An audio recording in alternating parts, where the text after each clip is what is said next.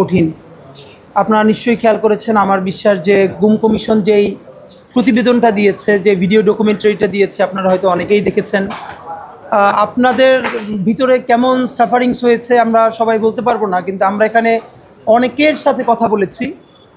সবাই মোটামুটি একরকম কথা বলেছে যে কেউ এক বসাতে এই পুরো 1 ঘন্টার ডকুমেন্টারিটা দেখতে পারে নাই। অনেককে 4-5 বার থামতে হয়েছে, কান্না করে চোখ ভিজে গেছে, বারবার পানি খেতে হয়েছে নিজেকে স্থির রাখবার জন্য।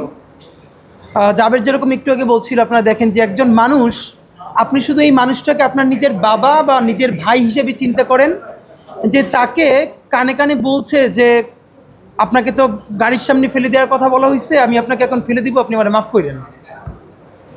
সেই লোকটা যখন কোনো ক্রমে বেঁচে যায়, মানে এই একজন মানুষ বেঁচে গেছে তাই আমরা এই কথাটা জানলাম, তাহলে কত মানুষ বেঁচে যায় নাই।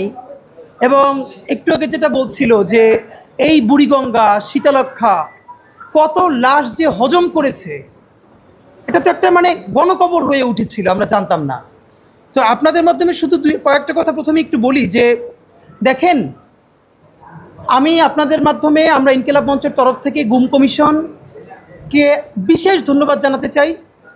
এবং আজকে এই সরকার অনেকগুলো কমিশন করেছে, তার মধ্যে 2টো কমিশনের কথা না বললেই নয়, যারা জীবনের সর্বোচ্চ ঝুঁকি নিয়ে এখন পর্যন্ত কাজ করছেন, একটা গুম কমিশন আর একটা পিলখানা কমিশন।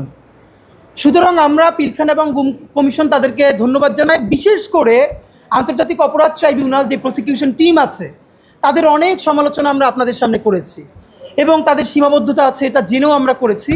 কিন্তু যে অসীম সাহসিকতার পরিচয় তারা দিলেন, আমরা তাদের জন্য শুধুই দোয়া করি যেন আল্লাহ তাদেরকে নিরাপদে রাখেন এবং ইনসাফের বাংলাদেশ বিনির্মাণে তারা যেন আরও বেশি কাজ করতে পারেন।